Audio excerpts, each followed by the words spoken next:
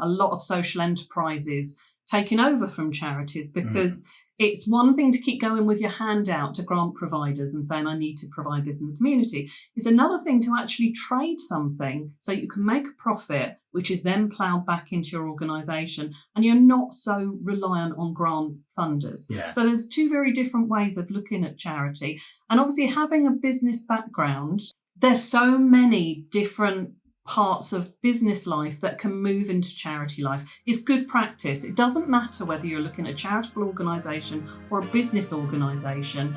Good practice is good practice. Yeah. So I'm Matthew Cox and I'm a business strategist. I've run and grown multiple businesses over the last 15 or so years. Join me on my journey with helping other entrepreneurs figure out what their goals are, how to set them and how to achieve them. So we're now on to Paula Wolven, who's going to come and talk to us about a fantastic charity. I do like talking about charities. People often spend a lot of time dealing with them, a lot of their own time, and they get a bit of hard flat for it as well, because people always think there's something in it for them or whatever, but some people just love giving over their time for it. We're going to have a look at Paula. She's got some big visions for her charity and the rest of it, but sometimes she just needs to rein them in and focus a little bit, not get caught in the trap of taking on too much stuff all at once. So if you like the sound of that, you'll find out all about Paula's charity, and you'll probably learn a little bit about something about franchising. Right, everybody, we've got Paula Wolven here today, who's going to be talking to us about the Havens and all of the various things that you do there. We're going to have a look at her kind of 1 5-year and 10-year goals for the charity that you're working with and have established. But before we go too much into this, tell us a little bit about everything that you do in a kind of elevator style pitch. Maybe imagine we're going up the Shard rather than the local elevator. Never been up the Shard. Thank you, Matt. That's a good place to start. I'll line them up. Absolutely. So yeah, I mean, I've had a career in local government. I was in Sussex Police. And then I started working for the Body Shop, which introduced me to the charity sector. My mum has always been involved in the charity world anyway. She was awarded the British Empire Medal for long time service. So I had no choice, really. I had some big shoes to step into, and I had to do that. And then I was given the opportunity to sort of step back from my job a little bit and do what I really loved. And I realised that I really wanted to run a community hub. And I wanted to help the community that I'd grown up in, lived in. I was born in New Haven, now live in Telscombe. And I wanted to make sure that other charities survive, and also that projects are created where there's a gap in community provision and it's not being met. I wanted to make sure that there was something created and make our communities better. So I became a social entrepreneur. Yeah, brilliant. So what actually does the community, what do you do? Like, I know I know what you do. Tell the audience what you do. Of course you know what I do, dear. Yeah. So Havens Community Hub, really, we find a way, we make a way. And that is, is a real bullish way of kind of saying, we're not going to just put up with there being nothing there. Either there's organisations already out there that need support to improve community infrastructure, and we help them, or if we have to, and this is our last resort, but we've done it successfully 3 times already, we create a project with and for the community. And it's not supposed to be empire building. Havens Community Hub isn't to control that project. So, for example, I'll give you the first one. We knew there was no volunteer driver scheme in the area. So we launched Havens Community Cars. Yeah. And within 2 years, that became a standalone charity. It's now a CIO, which is a completely charitable organisation that is, community and charity funded. Whereas a CIC, which is the hub, is a not-for-profit business. So it's a CIC, community interest company. There's 2 slightly different ways of looking at a charitable institution. And I think before COVID, we were looking at a lot of social enterprises taking over from charities, because it's one thing to keep going with your hand out to grant providers and saying, I need to provide this in the community. It's another thing to actually trade something so you can make a profit, which is then ploughed back into your organisation, and you're not so reliant on grant funders. Yeah. So there's two very different ways of looking at charity. And obviously having a business background, and I did sort of go through multi-level marketing with Anita Roddick in the Body Shop. There's so many different parts of business life that can move into charity life. It's good practice. It doesn't matter whether you're looking at a charitable organisation or a business organisation. Good practice is good practice. Yeah. So the CARS scheme did thrive. Yeah. We've got 600 members that we have 35 drivers supporting out in the community, getting people to hospital, getting them shopping, all sorts of things, all volunteers. Yeah. It's lovely. I do it as well. That was one of my ethoses right from the beginning, is I did not want to step right away from the front line, no matter how big the organisation got. And honestly, when starting in my garage 6 years ago with a desk that was actually a pool table with a sheet of wood on it, a phone and a bank account with £10 in it, I honestly had no idea 6 years later I'd be sitting here telling you that I've now got 3 charities and a CIC organisation. We are the fastest growing community support organisation in the district, and probably in a wider area as well. So that worked, and CARS is its own charity, although we're still involved in supporting it. And it was actually nominated. It's shown itself to be an organisation of excellence so much, and that whole ethos of being good. That's a bit wet, wasn't it? Being good. The whole ethos of being, achieving more than anybody thought we possibly could. That we were nominated for the King's Award for Voluntary Service this year, and we'll find out in November whether or not we have been awarded that, which is brilliant. So, and again, that's for the volunteers and the people that run the organisation. Then Age UK pulled out of providing dementia care support in this area, which we couldn't stand by and see happen. So I started up Havens Happy Clubs. We now have 3 of them in the area. And was it this January or last January? I can't remember. But they became independent. They're now independently run. They are a charity in their own right. And the third and probably most well-known one that I've started over the last 5-6 years is Havens Food Cooperative. Yeah. And that is the organisation probably where that most people know they probably know me from. I found out during lockdown that supermarkets threw away their leftover produce at the end of the day. Only by chance saw a young lad in the supermarket putting stuff in boxes, and I said, because I do frequent the yellow sticker aisle, is where the good bargains are to be had. And he's put all his stuff in a box. You're one of those ones that pushes the staff out of the way when they're trying to stick the label on. What's in there? And he was putting all this in. And I said, is it going to the local food bank? And he said, oh, no, because the food bank's only open once a week for a couple of hours. So this perishable food, although it's good today, tomorrow, maybe the next day, it's not going to be good next Thursday. And they've got nowhere to store it either. Yeah. And I said, well, how many of you shops in this area are doing this? And he said, all of us. Yeah. Which was hideous. Yeah. And I thought, my goodness, there was just boxes and boxes of food. Yeah. So sort of long story short, move on, 3 years since the pandemic, and we have just achieved £1 million worth of food prevented from going to landfill and given out to the community free of charge. Yeah. It hasn't achieved its own charity status at the moment because it is so big it needs quite a few of us to run it, but we are aiming sort of by the end of the year to get that process started, and that'll be my 3rd charity baby launched and flying. So the main part, the hub, that's really the consultation, it's like the incubator. Yeah. It's like the sourdough starter of where projects come out. But also, we're so well known in the area that other organisations come to us when they have issues. And the issues are always the same. And these issues are probably the same as within business, funding and people. Yeah. It's always the same. Yeah, yeah. That's when you look at life, it's money and people. Cash and staff. If only we didn't have to put up with money and people, everything would be easy, wouldn't it? So, every organisation that comes to us always has those Yeah. The root of their issues always boil down to the people and the money. Yeah. But I mean, being a social entrepreneur, I mean, that's great, isn't it?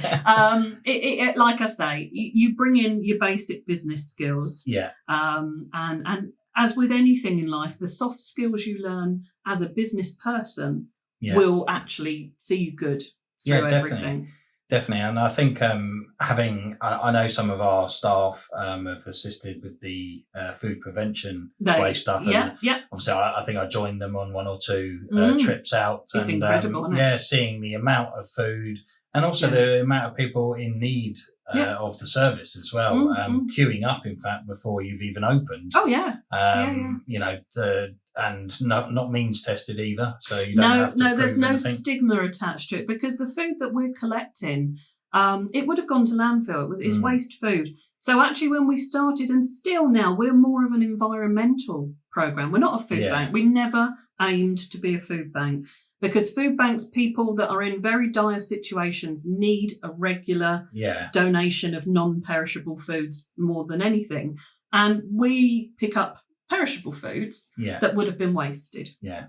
So for us, it was, as long as it's being used, we're doing our environmental good. Exactly. Yeah. I think something like 18% of all the environmental gases that are coming out of the UK at the moment are landfill food that is being chucked away. Doesn't surprise me. It's millions. It produces a different kind of gas in landfill. It's this rotting methane gas, and it's 20 times more damaging to the ozone layer, rotting food, than anything else. So every week we save about 3 tons of perishable food from being thrown away. But I mean, obviously the knock-on effect from that is we were able to prioritise a few people as well. Yeah. Because we would give it at the start, it was just me and my car going around 2 or 3 shops, making up some bags of food and dropping it on the doorsteps of people that I knew could do with it. You know, they used to call me the food fairy. I'd go, ding dong, food fairy. And I'd drop some food on the doorstep. And then it became bigger and more shops wanted to get on board. Now we have all 19 stores between Saltdean and Seaford are on board. Brilliant. And it's amazing. And the colleagues at all of those. Before, weren't they? I got 18 out of the 19. Yeah. So here's where my sort of business persona came into plan. Yeah. So we tried to get the last store. I won't name them, but I tried to get the last store for about a year. They resisted us. They kept saying it was national policy from head office that they couldn't give their food away and that kind of thing. Corporate response. So yeah, absolutely. Now, I have learned to deal with people over the years with different businesses, and I asked to see the manager. I was a bit of a Karen. I'm sorry. I said, hello, I'm Paula, but I'm Karen. And I said to them, tomorrow I'm going to put out a press release saying that 18 of the 19 supermarkets in the Havens area have helped us achieve £1 million of saved food. Yeah. And I'm going to name the 19th supermarket that unfortunately hasn't come on board. And he looked at me and went, is it me? And I said, yeah, it's you. Yeah. So I would love to go out tomorrow and say all 19 supermarkets are part of this organisation. Weirdly enough, they joined the next day joined up. And they've been on board since. And do you know what? They're one of the biggest supermarkets that support us now. Yeah. But it just took the right way in. Exactly. Sometimes, I mean, you must know there must be organisations that you've helped and dealt with and taken over that you've approached at the wrong time, or you've approached in the wrong way, and you know, definitely. Sometimes that personal touch. I mean, I think a previous podcast guest I've said about trying to get in front of somebody that you want to get in front of, and they're like, oh, we send them emails, we do this, we send them a pen in the post or something. Nice. And I was like, why don't, I mean, someone said to me once, I literally wrapped up a shoe in a box and sent it to someone like a foot in the door. And of course, because it's a big parcel, it was like, oh, what's this? So they actually opened it, and then obviously you've now essentially got your foot in the door because you posted them a shoe. Now, obviously, that's quite extreme, but actually, those bigger parcels do tend to get open. I'd open a bigger parcel. It's not that extreme. Shall I tell you a silly story? Go on in. So, I like yourself. My work is I live it all the time. Yeah. You know, you're never really switched off. When it's your own organisation, it's just part of you. It's like your left foot. Yeah, it is part of you. You never switch off. But when I do try and switch off, obviously you've told me you do a little bit of tinkling on the piano, which I hope you wipe it off afterwards. And what I do is I like to write some scripts, some TV comedy scripts, because like I say, I did work with Anita Roddick in the Body Shop, and some of the stuff that happened, it was like Anne Summers parties, but without the buzzy things. I actually sold lipsticks and not the other things. Yeah. I mean, the girls that sold Anne Summers, to be honest, outsold me 20-1. So that just says a lot about direct marketing. But I wrote a script about some of these party plan girls that I'd met over the years. And I knew that if I sent it to a publisher or an agent, it would never get read. Yeah. So I dressed as an Amazon delivery driver, put it in a box with some goodies and sweets, and I took it to a producer, knocked on his door, and handed it to him like I was a delivery driver. I said, "Oh, will you?" And he went, "Yeah." I said, "Oh, have a great day." Handed it over. I said, "Thanks." Didn't make him sign for it. Should have done. That would have been more authentic, wouldn't it? So it's not that mad to go to some lengths to get in front of somebody. Yeah, definitely. I think that's really, really good message for a lot of people, because they'll try all those traditional things and they don't really. I mean, I have a policy on my thing where if it's not important, it just gets deleted or marked as unread, because the thing is at the end of the day, you haven't got the time to look at every single offer, junk mail, bit and bobs. You know, if I want something, I'll come to you. Is the attitude. Absolutely. Your network is absolutely your bread and butter. Yeah. The people that you deal with on a day-to-day basis, in person or on the phone if you have to, but who develops a relationship with an email or a letter? Yeah. Nobody. No. Right. We'll move on, I suppose, to your kind of goals, I suppose, to where you want to go in the next kind of 1 to 10 years. So we've got down here, right, I'll start with the 1 year goal at the bottom here. Short-term goals is to get your newest project off the ground, and hope by the time you're on this podcast, I'll be able to give you an exciting update. So we'll have that in a minute. In 3 to 5 years' time, I anticipate the hub's rapidly evolving models of direct impact will, with longer term actions, to be franchised. So we've got some experience with franchising, which we can talk about. And then in 10 years' time, I hope that the government and local authorities have effectively got their act together sufficiently that charities, social enterprises are not needed to provide a safety net for communities, so your and community cohesion rather than dire emergencies. Yeah. I live in hope. I do live in hope. I mean, I have to, otherwise. Alien emoji or something. An alien emoji, probably. I don't know what an emoji or something actually at the end there. So, yeah, I mean, you know, what I provide, I get asked all the time, why the government, why local authorities, why health authorities not providing it. And it boils down to money. They haven't got enough money to provide everything. And it doesn't matter who's in government, who's in local authority, who's running the NHS. They have a finite amount of money. It's not infinite that they can play with. And they decide where that money is put and hopefully not wasted. But some of the things that charity has been looked towards to fill over the last few years has been really basic needs. I mean, food, rent, electricity. I mean, these are things that government should be looking long term, and local authorities to help people, because the society is only judged by how we treat the most vulnerable. And, you know, how are they doing at the moment? Yeah. In fact, since COVID and since the cost of living, what we've found is it's not the people you traditionally would think are in need are actually coming forward for help. It's actually working families on very low income that haven't got enough to meet the bills month to month. Yeah. Now, the trouble is with that is there's so much new stigma. If you've always come from I come from a hardy council estate stock. You know, my families have been on benefits in the past. But people who've moved away from that or have never had to claim a benefit or seek support, the stigma and actually what to do is quite horrific. There is a massive stigma. Yeah. I mean, we actually come from, like, when we were students, you know, we had 2 young kids and we couldn't afford to pay for everything. So we had, you know, some help from the government and the rest of it. I can't remember the exact ones that we had, but we had a handful of them. And obviously we bettered ourselves to get out better.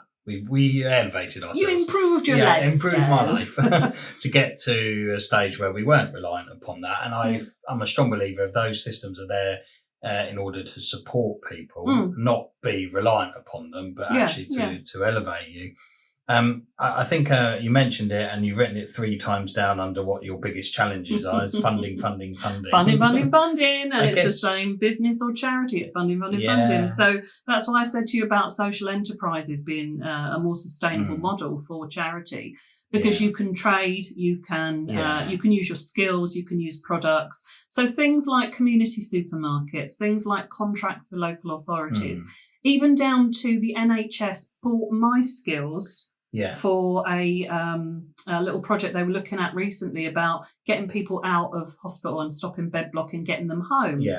And one of the main problems with that was the transport to get them there. I mean, it's silly, you think they'd be able to overcome that, but there was that. And obviously they wanted to start a project on getting people home and really reinstalling them. So they bought my skills, and I did a whole research piece about how I thought the NHS could work with charities.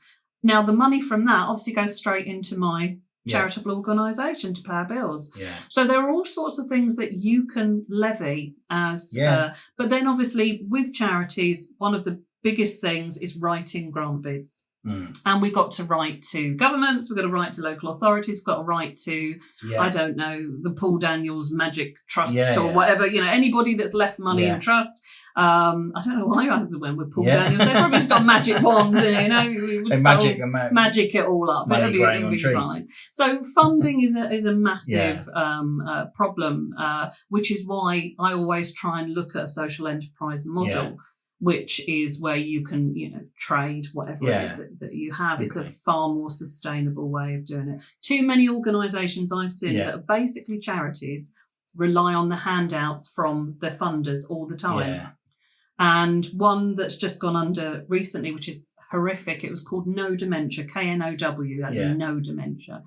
They were funded by the NHS for the last 9 years, fully funded, and didn't have to fundraise hardly at all to provide the services in the community for people with dementia. This year, by the 31st of March, the NHS decided that money was better off somewhere else, and it literally yanked the money last minute. It's like the reverse equivalent of having one customer making up too much of your business. And then that customer falls out with you and they disappear. What do you do? Well, what happened, unfortunately, with No Dementia is they closed. They closed the doors almost overnight. So I suppose 2 things that strike out to me about your kind of long-term plans. You mentioned about franchising and obviously funding. So I presume the goal is for you to reach a sustainable bit where you've got the funding in place, like it's regular, and then teach other people how to almost franchise that out so that it can be like a nationwide. So I guess the first port of call would be the funding, obviously, because then you can go on to do the franchising. With the funding, obviously, you get the grants, which you can apply for and the rest of it. And I'm sure you get a drip feed of donations and the rest of it. What about, it strikes me like another, a source of income like that's regular would be if you've got businesses and various other charities or other parties to make like a commitment donation or something like that. I don't know if you run anything like that. So I see that quite a lot with charities. We do pay like £100 a month, and you're given like a bronze badge as a business. Like, we're committed to continuously supporting you, not just like we'll raise £100 for you at a charity. What are you picturing me here, Mel? What do you want, mate? What are we talking here? How much? What do you want for how much? Well, we'll see. We'll have a chat off there. But basically, you must know WOLO, the charity for the cancer. They came to us when they were starting up, Fleur and Justin, and I went through, because that's one of the things the Hub does, is it goes through with organisations, whether they're in the right structure at the moment, and also people that want to start charities. So I went through with Fleur all the things that I do. The thing with WOLO, there's a social enterprise for you. A lot of their funding, I think Justin is PR and marketing.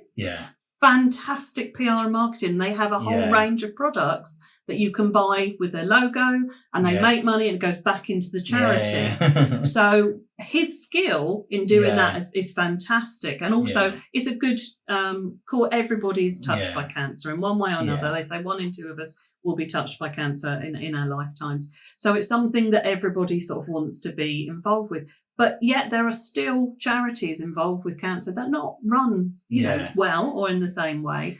So, but I think that way, doing those sort of things would then get it to be more sustainable, which should then work with a franchise. We do. So what we do is, I'm quite good at something called crowdfunding. Yeah. And what crowdfunding does, it obviously, you know, gives you the opportunity to raise for a cause. But at the moment, and over the last sort of 3 or 4 years, there's been quite a lot of providers of funding who don't want the hassle of looking out for charities to support or going all through grants, because grants are 12 to 1. You know, if there's £1,000 to give out, they'll be asked for £12,000 in applications. And it's a big admin ask for a funder as well. So what a lot of people have decided to do, especially larger organisations, is they say to charities, and again, it's to teach charities to raise funds for themselves. In crowdfunding, we'll match fund. So if you can raise £1, we'll match it with £1. And lots of people have done this. Loads of businesses. Aviva at the moment is one of the big ones at the moment giving out money. Yeah. And coming back to we'll talk about my latest project in a moment. I actually raised the funds to do that through a crowdfunding project. Yeah. And I actually managed to match 3 match funders, because you can have more than one on at a time. So for every £1 that was given, I was getting £4. Yeah. No, so when you go out to people, so we're members of all the chambers of commerce locally. And again, businesses or charities, it's about networking. Yeah. You know, if anyone doesn't see the benefits of networking, then they're not doing it correctly. We go to all the chambers of commerce, we go to BNI. And we get a lot of lovely support from local businesses. Obviously, your staff, especially the wonderful Vicky Novis, who is just one of my favourite people in the world, has helped us from word go with the food cooperative. And businesses are quite happy if you go to them every now and again and you say, I've got a match funding project on the go. Yeah. And Aviva and various other people have said they will match this funding. Yeah. If you give me £150, I will get 600. Yeah. I mean, you know, £150 if I was asking out of your pocket now seems okay. But if you know that I'm going to get 600 because you've just given me 150, would you say no? I guess I love your passion and your enthusiasm for it, but therein lies the problem for me.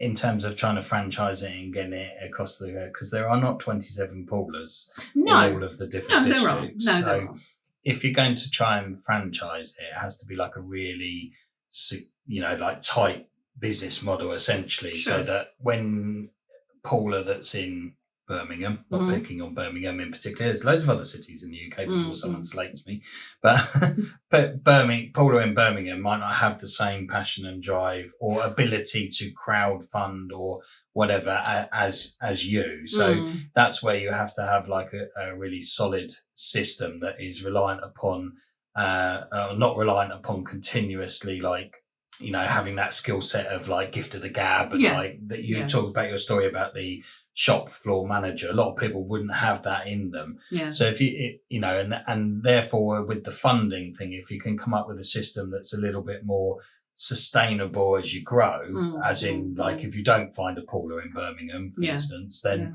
that will actually allow the franchise model to work. Otherwise, what you run the risk of, or potentially run the risk of, is that someone in Birmingham will take it, but they don't have the same drive as you, and it'll be a flop because they need that kind of energy and pizzazz if you're going to grow it the same way you have. It can be a really thankless task to run a charity or a good cause, because no matter how pure your intention, there will always be a suspicion of why you're doing something. I mean, I've outright been asked to my face, what's in it for you? Yeah. And people look at me and think, well, she must be getting something fantastic out of it to put herself through this. And there is a lot of suspicion, unfortunately, in the press recently with things like Captain Tom's daughter being in the press. Yeah. The kids club that was a great big scandal, and that was proved to be mostly malicious in the end, which was a real shame because it brought down a charity. I think if you didn't have the passion for it, you wouldn't do it. It's the same way as anyone's got a passion project. They wouldn't do it.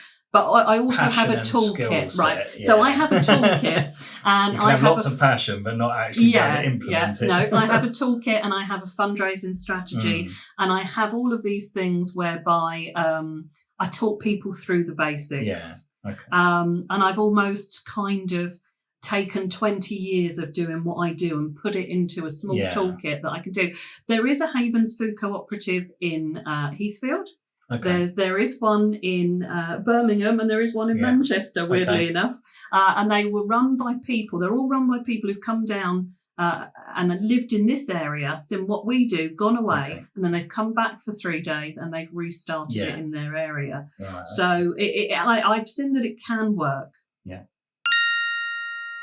I really hope you enjoyed this podcast today, and it's been a really, really good listen so far. But if you want to get on this podcast and come on the show, it's totally and utterly 100% free.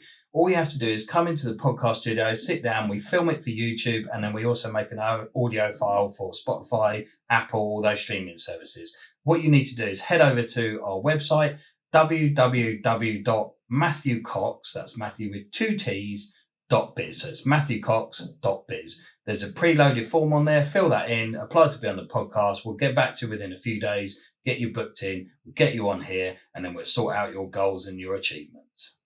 Back to the podcast.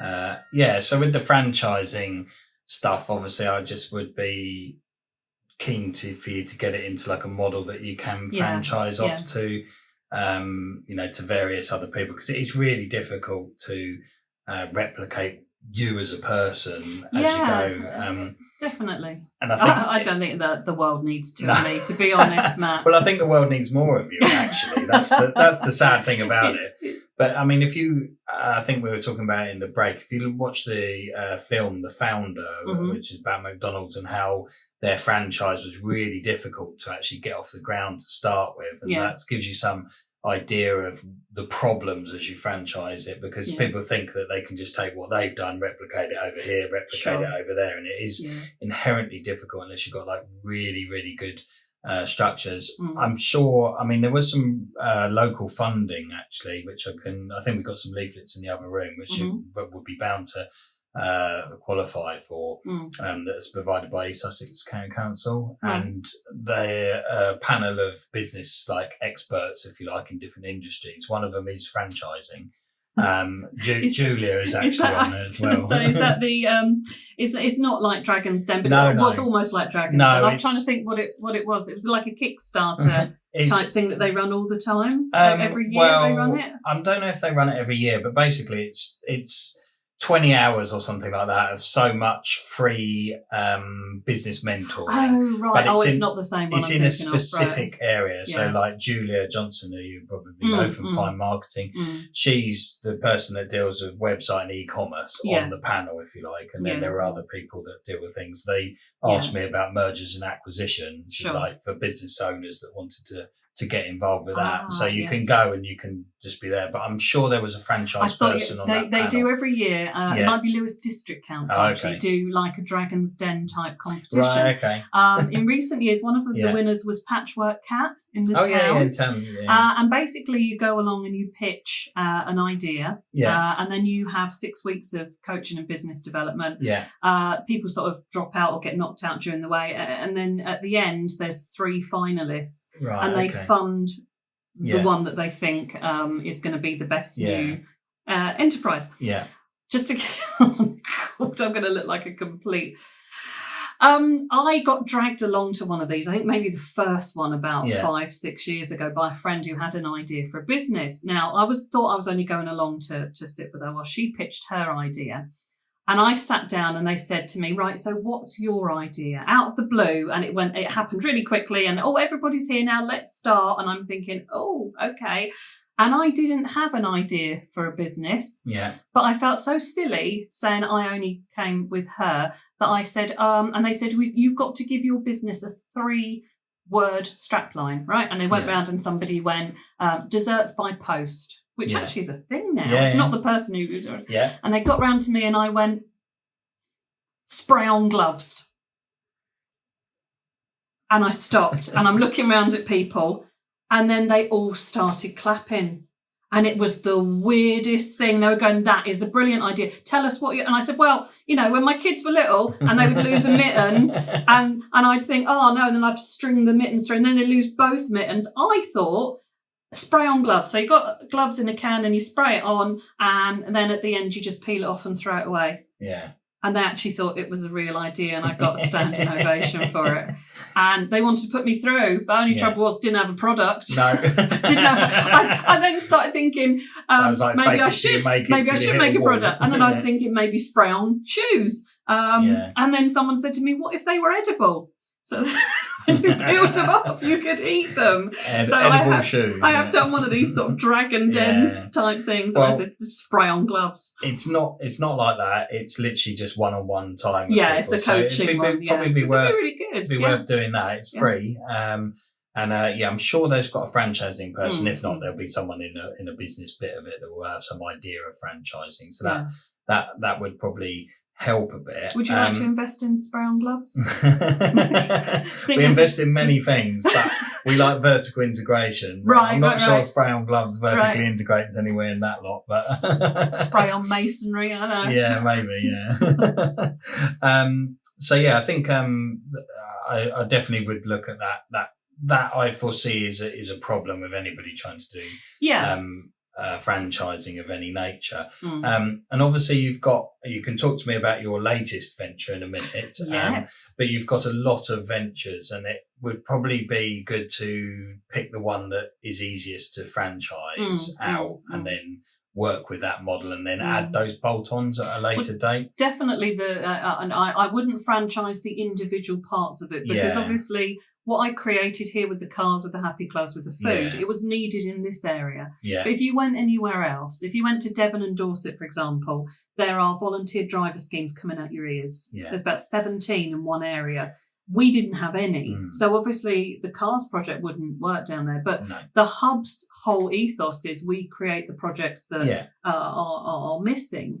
And the same with yourself. I mean, obviously you've branched into other organisers. I know you're property management, but so we've done lots of other things, but they are all very similar. A bit like they're all stems of a charity in some nature or another. We do business outsourcing, we do the property management, building surveying, but they're all linked together because they're all like services that assist businesses, property owners, that kind of stuff. Yeah, and they all. I'm more thinking that, say, like, I'm not picking on people in Lewes, but people in Lewes are probably, as a demographic, less likely to need the food bank. Yeah, although there are 4 food banks in Lewes, weirdly enough. You're right. That each area would decide. I mean, the hub's model is we find a way or we make a way. And what is that way? Well, what is the need? And it's from ground up. And it's the same way as if you were starting a business and you're looking at your potential clients, your customers, your demographic, your competition. Charities and social enterprises have to look at the same thing. Yeah. Because if there's another charity down the road doing what I think is missing in the community, then my idea is not to create a charity to be in competition with them. What's the point of that? You can see where the gaps are. Yeah. And obviously there are food banks, there are community supermarkets. There was nobody collecting waste food from the supermarkets at night. Yeah. But it's still fitted within that, whole food umbrella. Yeah. But we're certainly not a food bank or a community supermarket. Okay. So tell us about your latest venture and where that kind of fits into all of this. The latest one. So as I said, one of the things we do is we look at and we get approached a lot by organisations, by social enterprises, by charities who either want to make sure that they're doing it right or that they're having one of those two problems.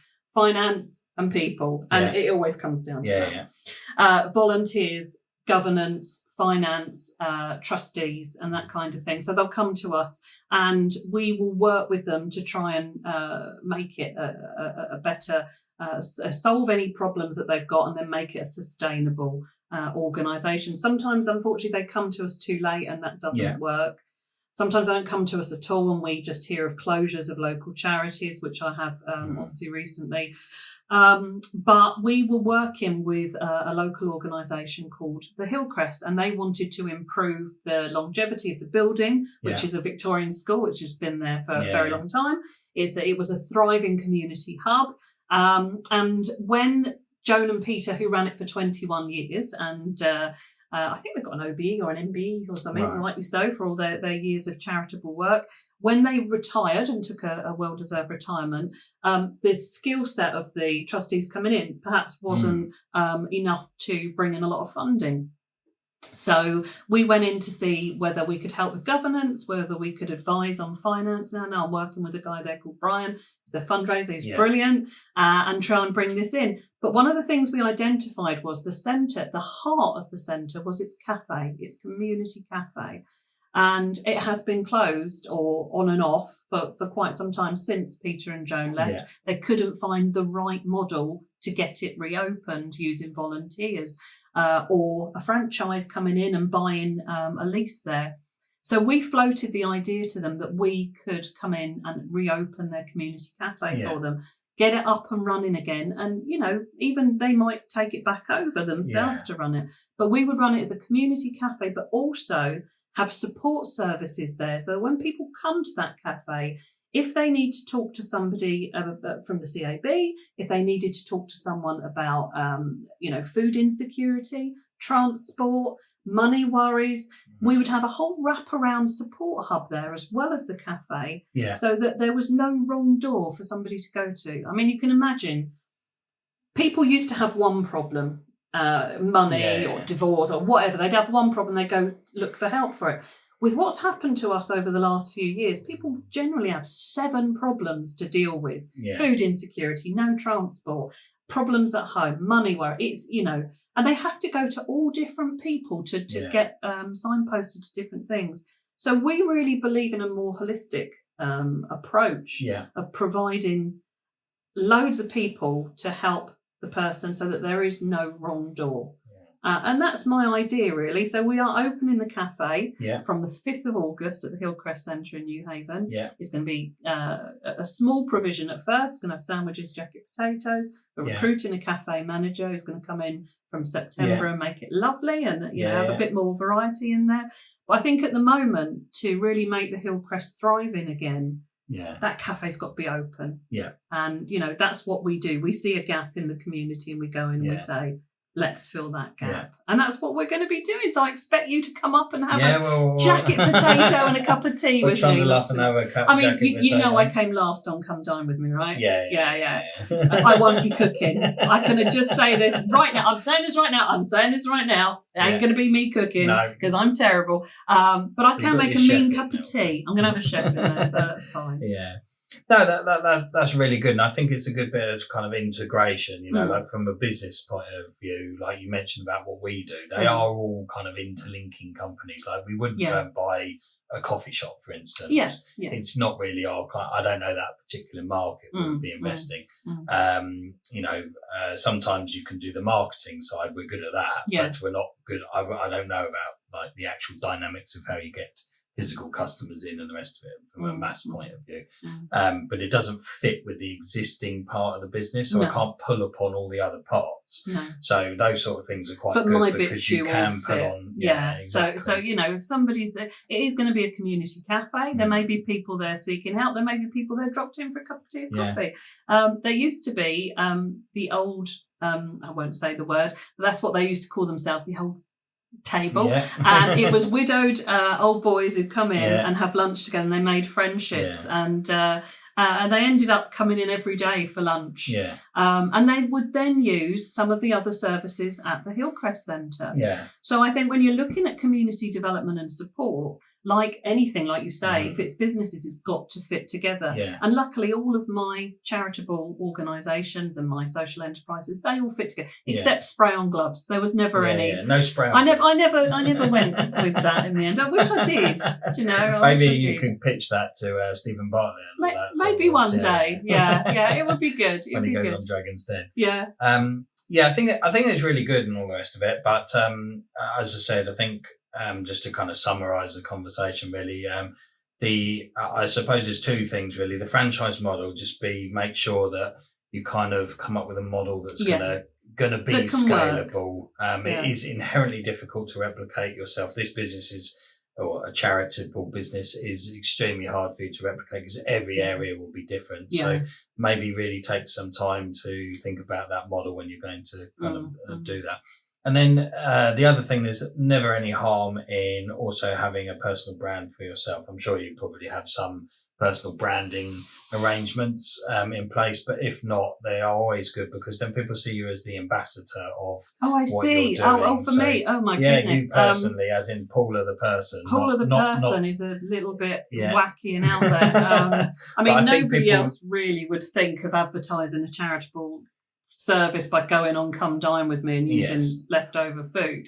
I think you have to think out of the box a little bit, and I think sometimes I'm a little bit scared. Am I scary? Matt, I don't think you're scary.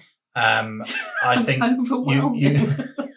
you've got like an entertaining type background and that kind of ethos to you and persona, but I think you should pull upon that a little bit more in order to help your charities. You know, if you had your own stuff, like this channel, for instance, is to some degree a little bit about personal branding for myself. So people can see me in a human light and you know, get to know me a little bit more and these conversations and the rest of it and various other things that we do on the channel. And I think if you did something similar, you know, for yourself, like you could almost have like, you know, your Havens social media type stuff, but then your own, not your personal Facebook profile, but your actual you as a person. The head of the organisation and what. I think that would be good. Don't get drawn into it becoming the Paula show too much because then people are always constantly contacting you and maybe not going for your team.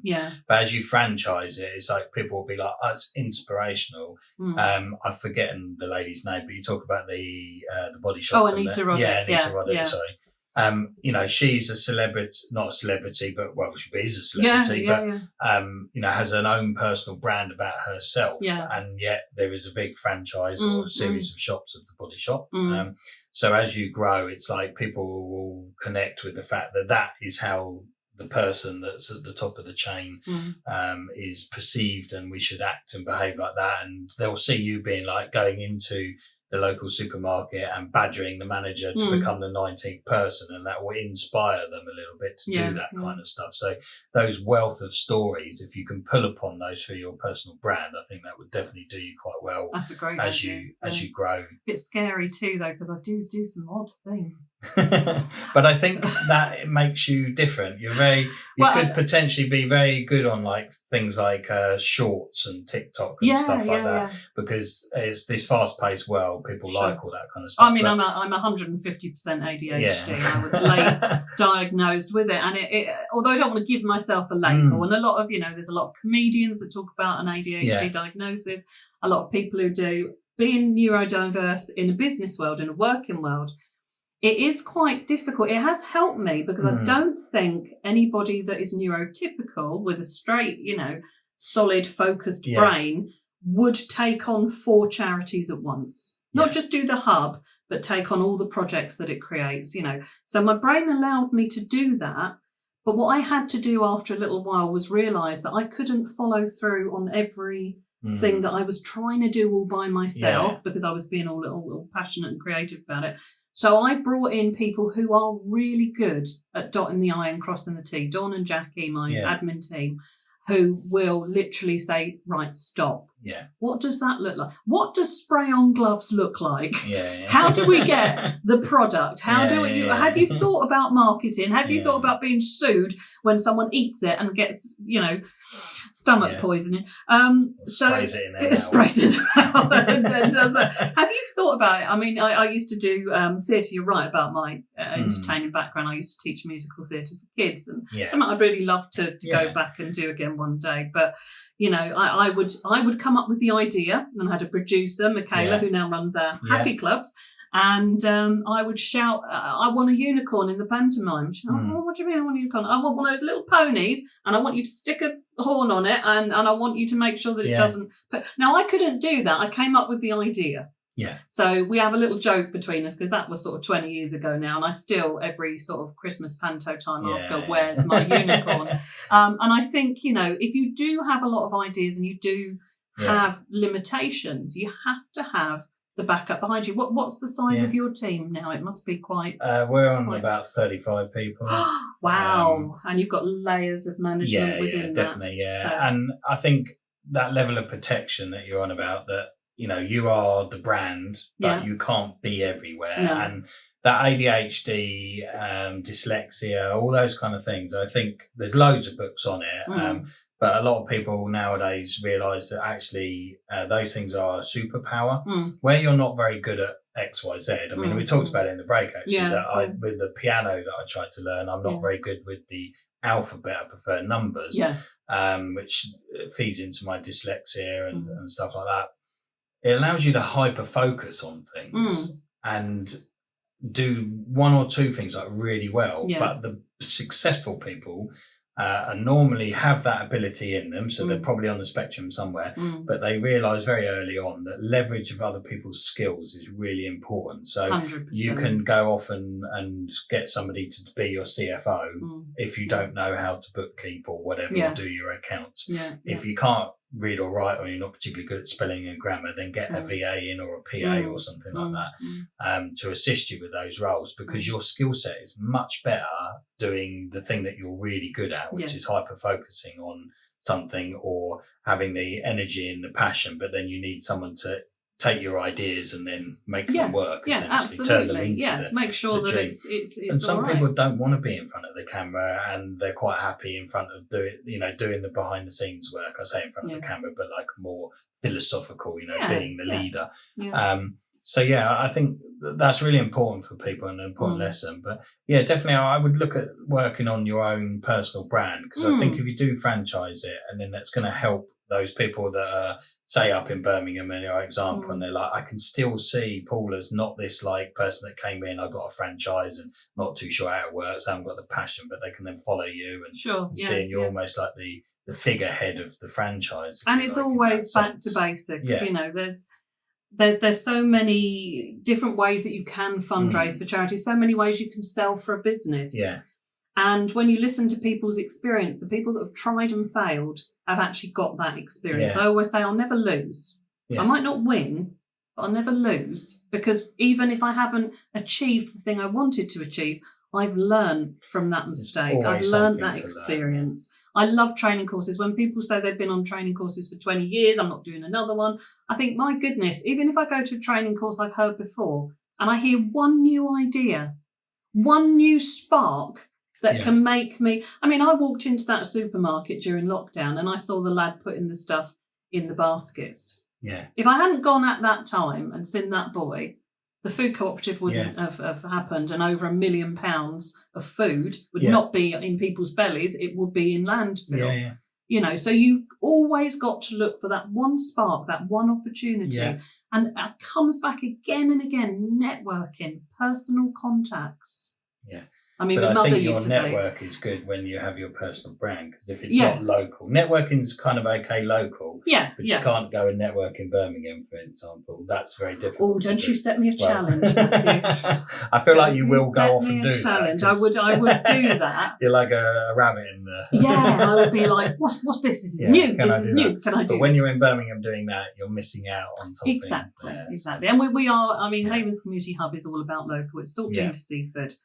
Where we are now, and I hope that people kind of look at our model and think it's been successful. When I first came out with this upside down model of community development, starting with the problem rather than trying to find funding and then the problem, when people said to me it won't work, I mean, it's the worst thing you can say to me because it's not going to work.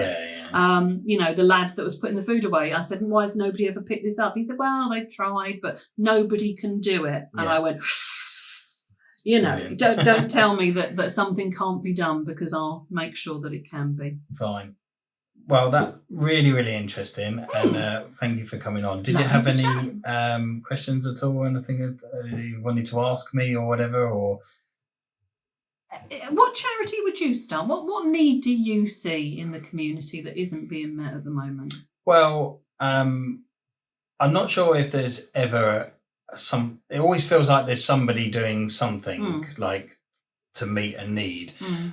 Being a business person, I always think that it's nice to try and support young entrepreneurial kids through their journey. So if I was ever to start a charity, I would definitely be looking at kind of some sort of fund that assisted maybe underprivileged areas or schools on that entrepreneurial journey. I'm not sure it's really quite qualifies as a traditional charity, but I quite like the thought of that sort of, legacy and assisting people. So you're not just, wealthy people or people that are exposed to a different type of education, that can come. Because I think a lot of the good entrepreneurs and people actually come from backgrounds where they've had a school of life and the rest of it, and that would assist in the economy, which would then grow the economy of the UK, which then kind of supports the charities in its own right. It indicates the need for things like food banks. If everybody was able to earn more, to have more opportunities, I mean, that's what we're looking at eventually. Is looking at the lessening the need of people, so that I wish I could say that I'm going to be out of work one day. It would be great. I guess that would be my dream, if you like, to basically eradicate the need for what you're doing. Exactly. Well, I don't think, sadly, I'll ever achieve it, but it would be good to do that. That's brilliant. So, and we do a little bit of support for Recycle, who basically take the bicycles that are locked up against handrails and railings all over the UK. They come along and they cut them, and then obviously the council just throw them away. But now Recycle take them, they prepare them all, and then they ship them to places where people in the UK as well as abroad, wherever people need to have transportation. Right. So it's a charity, and they repair the bikes basically and stick them Recycle. So we support that a little bit. I like that. It ticks my bicycle historics. I love riding my bike, still ride it now. So it's nice to see that they're not all getting thrown away. But I would do something that I'd feel like it was, from a business point of view, it's always very much like, what's the problem? How do you fix the problem so that the medicine isn't required anymore? Yeah, exactly. And that's really, I mean, unfortunately, like I said earlier, we're being used as sticking plasters. And one of the things that the NHS does is social prescribing, which is great. You've got this social prescriber who says to someone who goes into the doctors who's depressed, oh, you need to go to a group. Unfortunately, there's no funding for those groups to take the people that are being, socially prescribed. And a lot of the time people look at things in isolation. They're not looking at it as a wraparound thing. So hopefully my new hub up at the cafe will look at things a bit more holistically, and who knows, we might even have a bike repair thing up there. You can come up and help. It'll be great. Yes.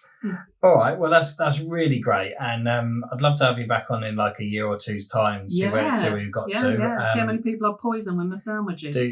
That'd be good. Do reach out to that. So I'll give you the leaflet, or I'll send you a link. Lovely. That'd be great. Thing. So just before we wrap up, how do people get hold of you, or is there a website or something? So we're on social media. All of our things are Havens Community Hub, Havens Community Cars, Havens Happy Clubs, and Havens Food Cooperative. You type any of those into Google, they'll all lead to me. They'll all lead to me. Brilliant. Well, thank you very much for coming on today, and it's been really, really interesting, and good luck with all the really fantastic work that you do. Thank you, my love. Cheers. You're welcome. So, apart from the fact that we gave Paula a kind of elongated 60 seconds, if you like, I think it's really fantastic. Paula's got loads and loads to say about charities and the rest of it. But I think, as I said at the beginning in the intro, just needs to rein it in a little bit, make sure that all of her ideas that she's got are actually focused in on her actual ecosystem of charities. And then that franchising model is going to be really difficult for her to grow. But if she has it in, takes the right advice and looks at it in the right kind of manners, I think she'll do a really, really good job of that. And putting herself as a big personal brand is actually going to allow her seas of various other people that are going to be representing her across the UK to actually see what she's up to as an ambassador for the brand. So I hope you really enjoyed that content. I know it's a bit of a different one with a charity and the rest of it, but they do operate in the same kind of perimeters as normal businesses. So please go and give Paula some like. If you know anybody that needs to get in touch with her at all, just, you've heard all the ways of getting in touch with her, so just put people in that direction. But if you want to come on the podcast and sit here and have an open and frank conversation, a bit of business mentoring, that kind of stuff, just go over to on our website, Matthew Cox with 2 T's, matthewcox.biz, fill in the form there, apply to be on the podcast. You can come on here and really we'll just learn something about your business, a little bit of advertising. You can have all the footage and the rest of it. And if you don't want to do that, the least you can do is give Paula some love, hit that like button, all that sort of stuff, and that will get her out. And the least you're going to do is get her charity exposed. And as she says, it's charity. So why wouldn't you want to do that?